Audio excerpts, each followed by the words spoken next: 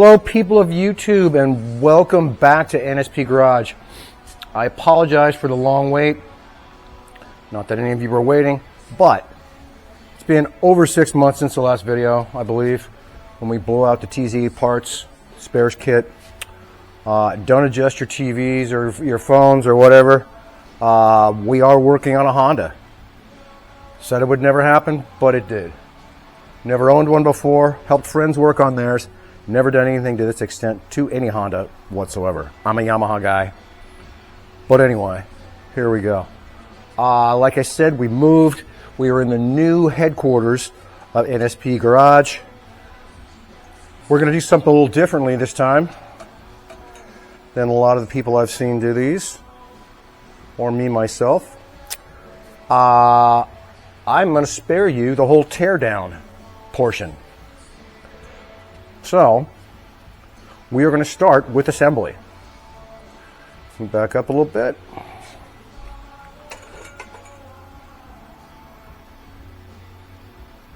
This is our 84 CR250.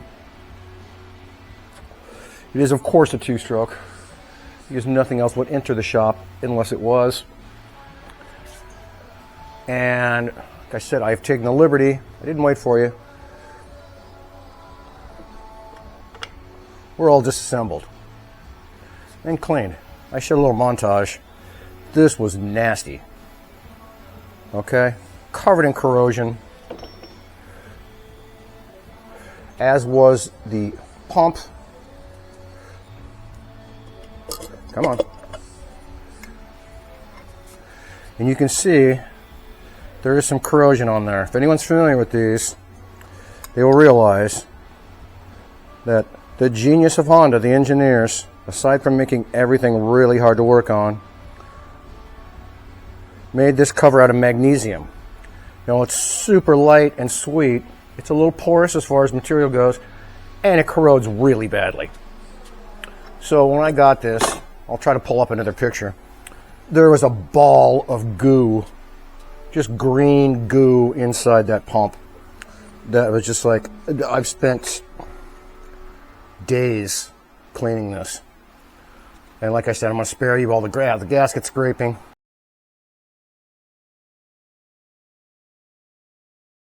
Anyway, let's get going. All right, when I pull this apart, like I said, piston looked fairly new. There's no ridges on it. It looked good. This was the top ring. Fine. It felt good in the groove. Everything was okay. I got to the bottom ring. A little bit more blow by than the top one, and you can see it's bent. Okay, so this side is pushed up and it was hanging in the groove. Plus that, when I went to do the ring gap test, I'll show you how to do that. This is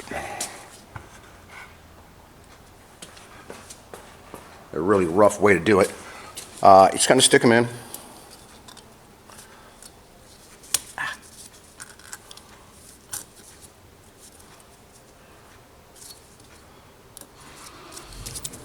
Take these off. Whoops. Kind of center it. Make sure it's flush all the way around, the same distance all the way around. See if I can find my feeler gauges. There we are. I did this once already, so I know what we're looking for. Go back down.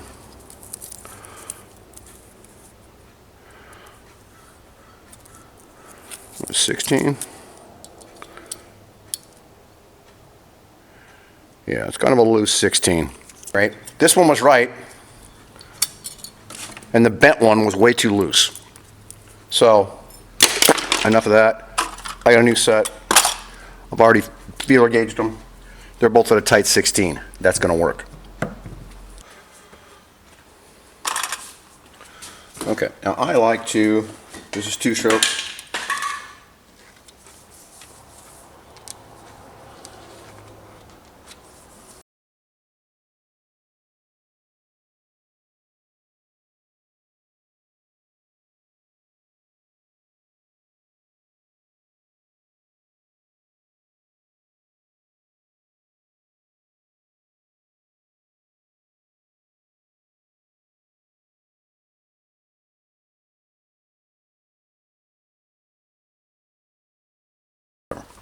So you find your pin.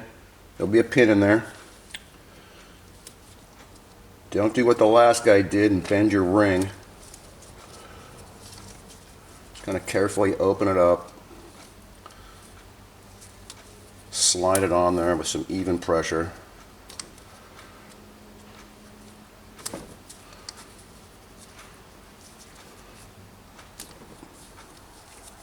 Get it in there. All right, you find your pin, close it up to where it locks, put it in there. There's one. Okay, get a little bit more oil on this. Find your second pin.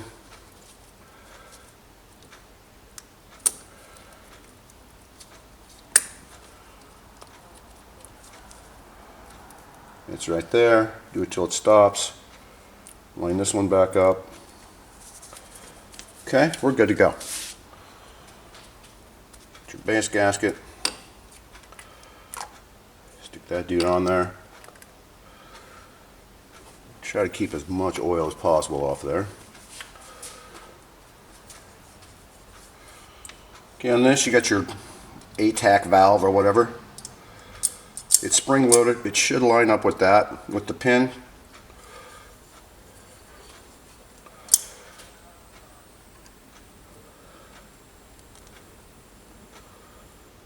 Make sure your rings are lined up.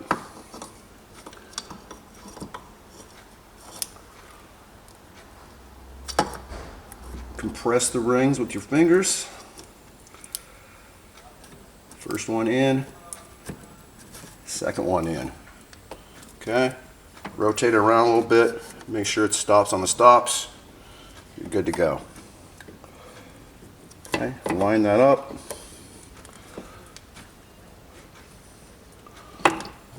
One more twist.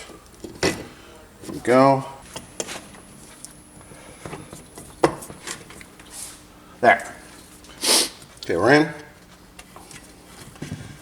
The valve can be a little niggly sometimes, if niggly is a word.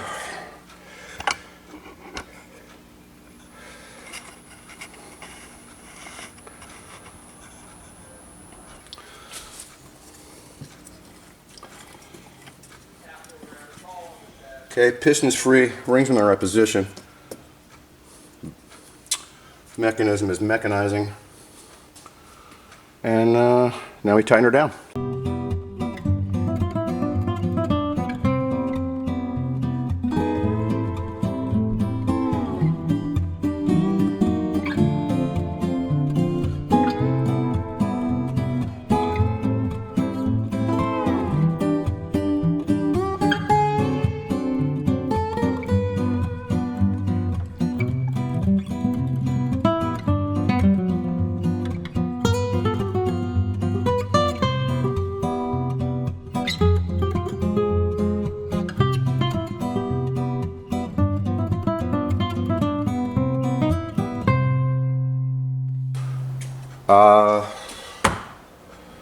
What do you want to do next?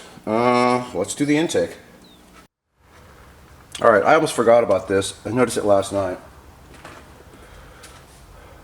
Here's your reed cage. Put a couple of these in for just placement.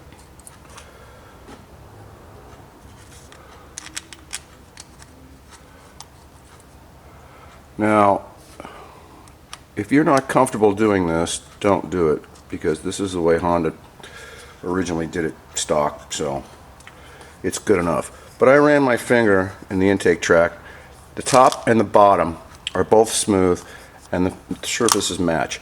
On the sides though, I'm not going to be able to get there. Maybe you can see it a little bit. There's a ridge. Okay? This is not open all the way on both sides. Okay, there's a little slight ridge there. There you can see it better.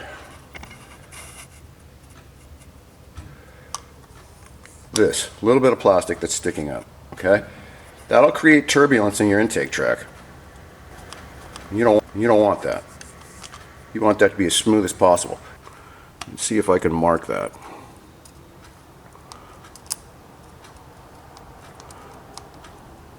Just kind of trace it along both sides.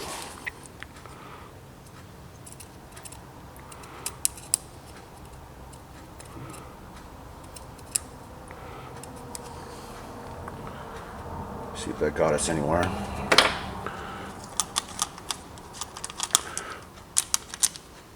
Yes. Okay. You can see, we can't really see. You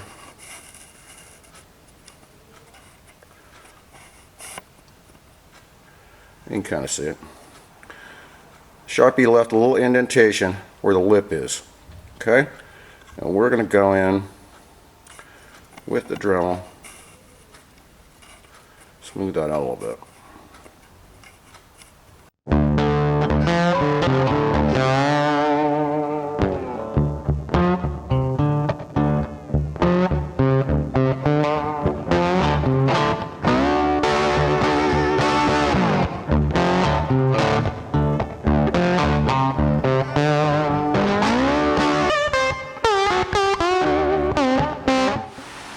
All right, here's our finished intake. Intake's very important on a two-stroke, but especially on a two-stroke. Important everywhere. You got to inspect your rubber boot, make sure there's no cracks or leaks. You might have seen it in the montage, but I thoroughly scraped every bit of gasket material off all the mating surfaces. It's crucial that you do that because the gasket won't seal if there's old gasket there. Take a razor blade, scrape it off. Just make sure it's completely clean. It's critical because if you get an air leak in your intake, your engine will seize. It'll get lean, it'll ingest too much air, the piston will get hot, it'll expand, and you're screwed. Okay, to clean the surfaces, I like to do a piece of glass, because it's a hard flat surface. There's glass on there. You can see that or not. Okay. Piece of sandpaper. Lay it on the glass. We'll use this as an example. You slight rotate and rotate the part in your hand because it'll get one-sided.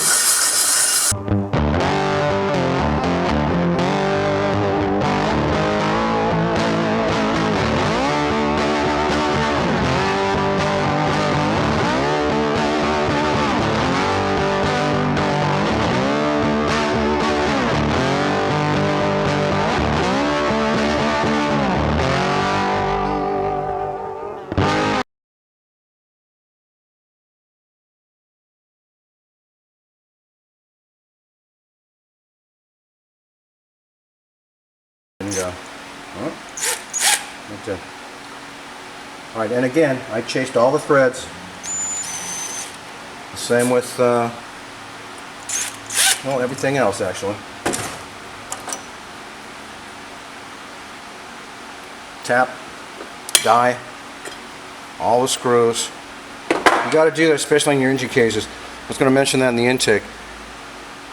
The torque is pretty critical. Well, not really critical, but if you over torque and you're just jamming a bunch of dirt and rust in there, you got to clean the threads off. You got to clean the bolts off. It doesn't take that long, and it really saves your cases. Like I said, if you don't clean them, you're just jamming all that dirt and grease and whatever into the threads of the soft aluminum. So you just got to take your time and clean everything right. It's like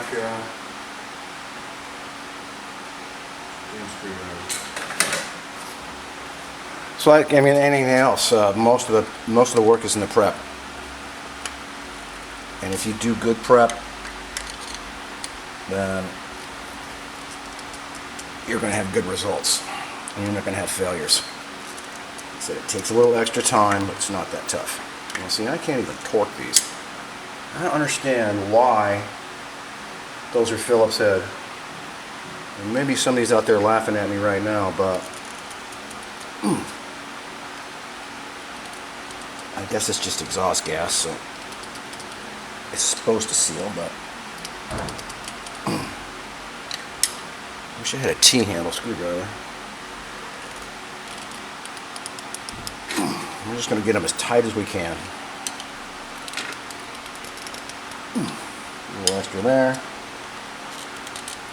A little extra there. Okay.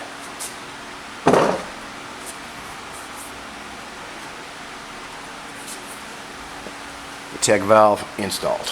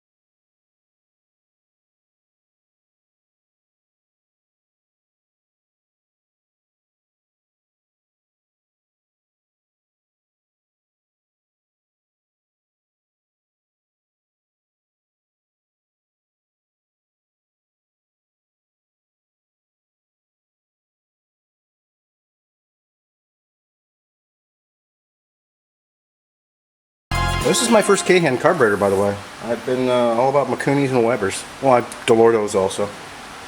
But up till now, this is the first one. Start up with the basics. You're going to want to check your idle mixture screw. Okay.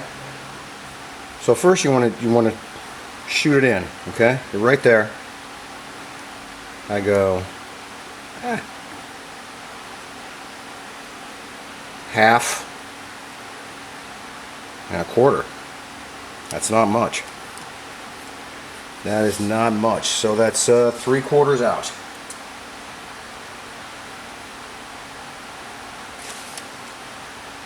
And I write that down on a notepad.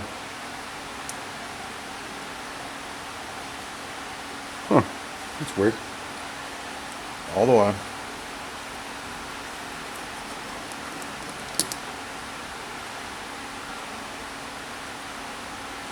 Okay.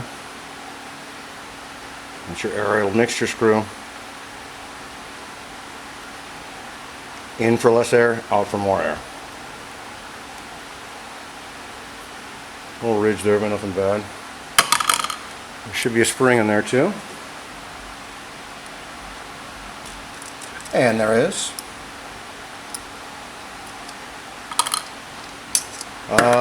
This will do just for the hell of it.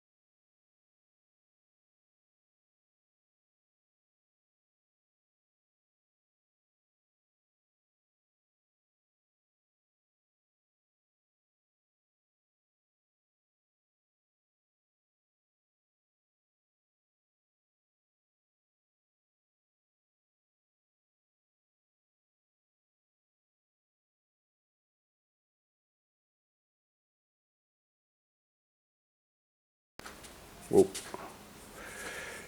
This kind of stuff here is not really affecting anything.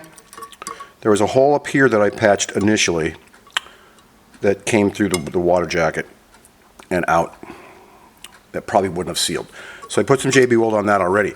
This is a hole straight through. Okay? That's where all the water was getting into the transmission. And when I looked at that, I saw that and cleaned it out. I didn't know it wasn't supposed to be there. But now on closer inspection, you can see that it's all the way through. Okay, so we'll have to patch that up. We'll fill in some of this area. Since it really doesn't matter though, because the seal goes here, and it's all encased with water anyway. It's not going to make any difference. I'll fill it in a little bit for no other reason other than I've just got the stuff in my hand already. So,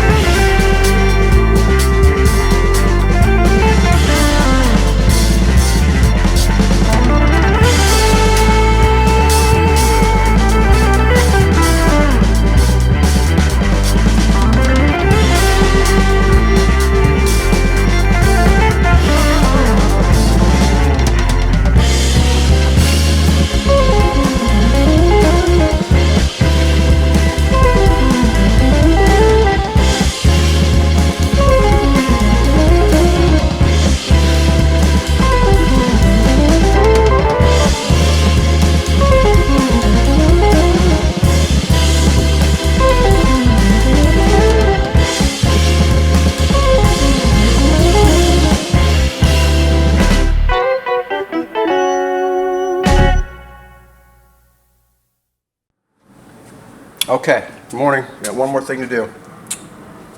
Leak down test. Rubber plug.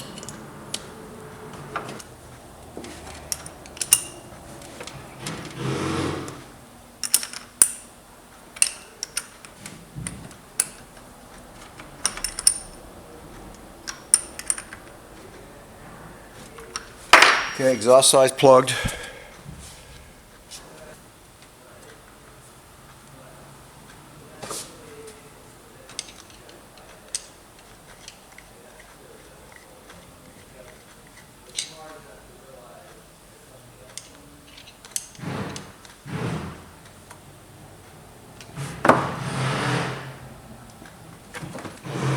Okay, now I have a gauge on mine because you're only supposed to put 5 pounds of pressure in there. You don't want to hump full 120 pounds out of your compressor. Pistons at top dead center.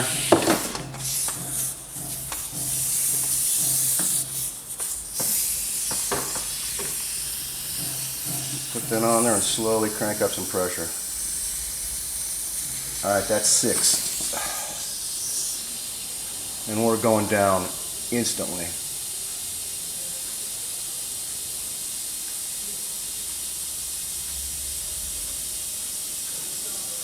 So that means we got an issue. Okay, we pressured her back up. And the leak is obvious. It's right here. See that shit bubbling up? That's that problem gasket. We knew that could be a problem. At least it's on the exhaust side. And it's not on the intake side. Alright friends, let's try this again. See what happens.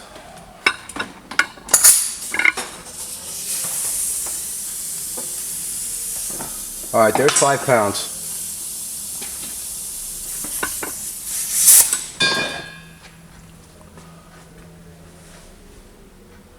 It's holding.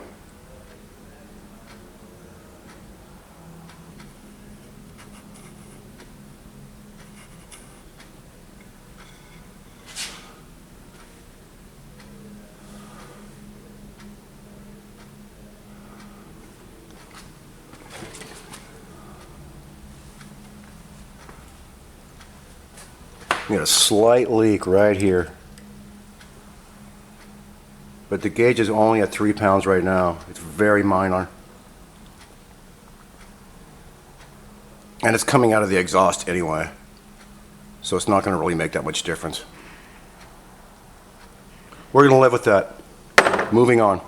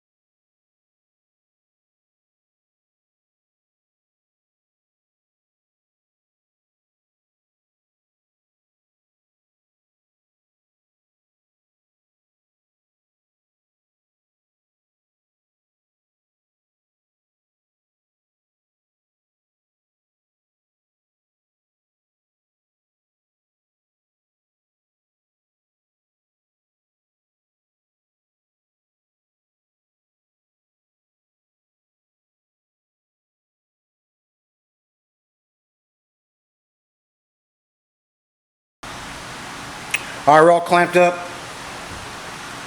Got good clamps for everything. Got rid of the shitty old ones, fat ones, the mismatched ones. Don't use screwdrivers on these. Nut driver for the small one. Socket on the end for the bigger ones. If you've got the full-size ones, go to your plumbing store and get one of these things. It's nice, it's ratcheting, they're fucking awesome. Don't use screwdrivers on these anymore. If I find out you guys are using screwdrivers on these, then come to your house at night and loosen all your clamps. Alright, I was going to show you footage of me trying to Neanderthal the airbox in through the back side of the frame. Until what I learned was you just need to pull the subframe off. Again, it would be way too easy to put it up from the back. Why would you not want to undo the subframe to take the airbox out, right? It's extra work, it's more fun. You gotta love the engineers at Honda.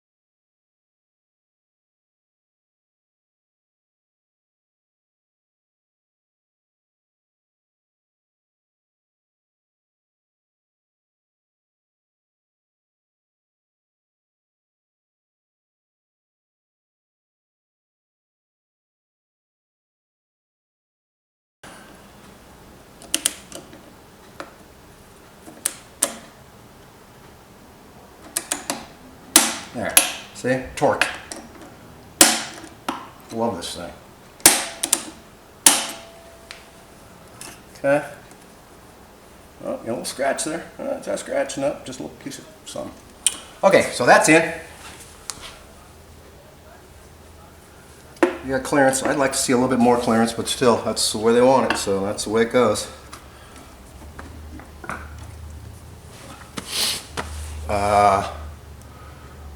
Where are we going next?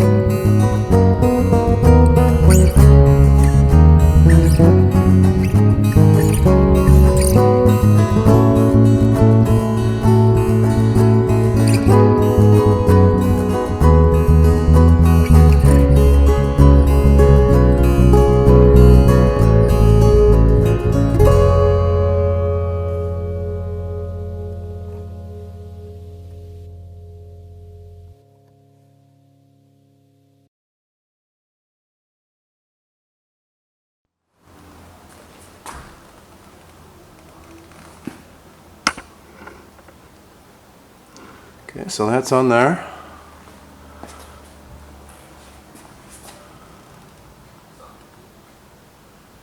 That's your upper. We're back to autofocus. It's not cutting it. Alright, this is the stuff I did last night. Got the bars on.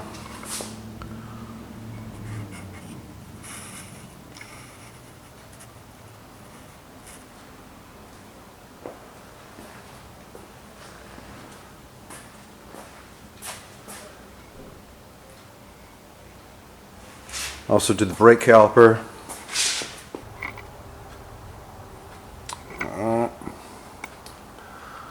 I think that's about it. That's all I did when you guys weren't looking.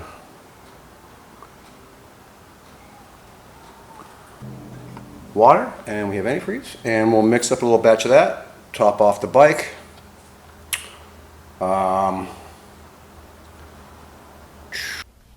Okay, let's mix up this little concoction here. Now by they I mean the internet, says 1.16 US quarts. Okay, got our quart cup.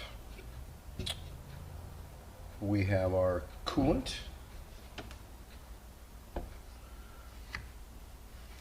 Which is not diluted. Why do I keep saying diluted? Oh, antifreeze. I might have just said it again. It's antifreeze.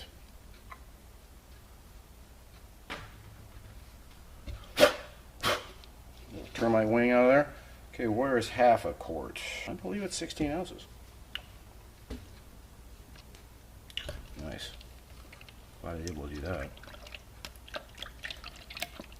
Start thinking after you make the mistake. That's what happens.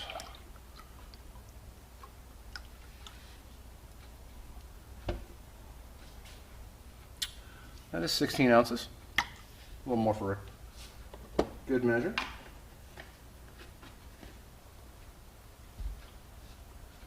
Now we got our distilled water.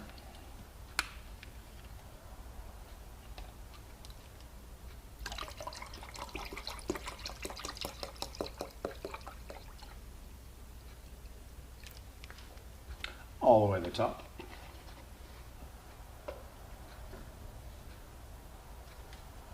I found a used stir stick.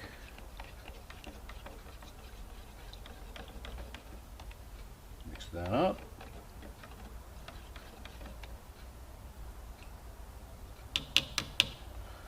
Have a little apple juice.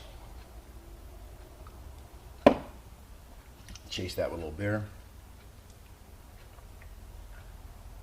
And there you go. I have this Hyperloop stuff. We're at the mercy of the C-Cam tonight. Hyperloop, super coolant. 25%. It's like water wetter.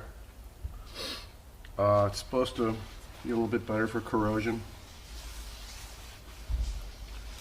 It says 1 ounce per quart, so we'll put 1 ounce of that at the end because it's going to take a little bit more. Let's go back to the bike.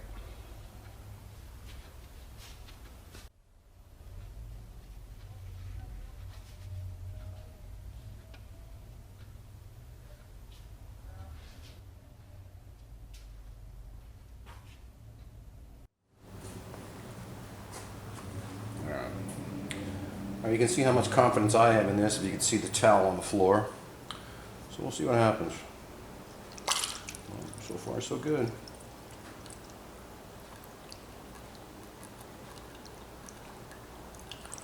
I've got all the bleeders closed right now. We'll open them up after we get it filled up.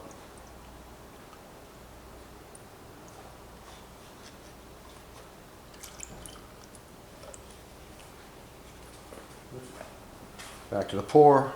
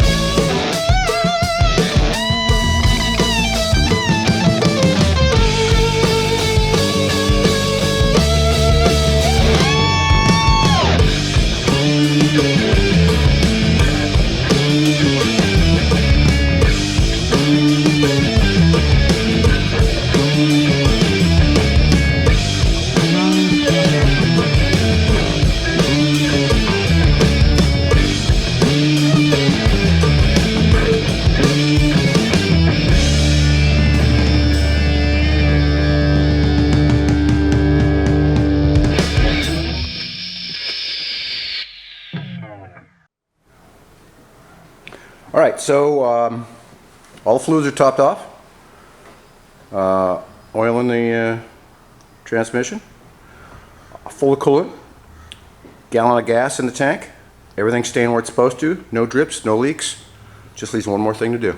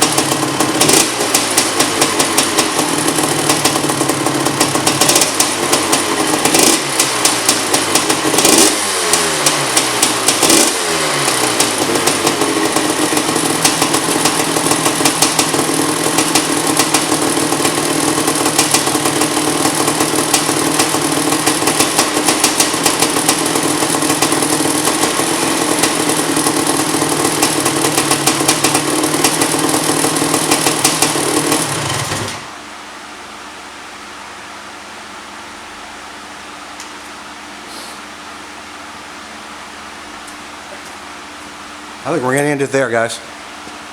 Successful fire up. Come back for part 2. Do the cosmetics. I'll show you how I restored the tank and the fender. Do that on the rear fender and the side plates. If you subscribe, hit the bell. You'll know when the next video comes out. Thanks for watching. Hit the like button. See you next time.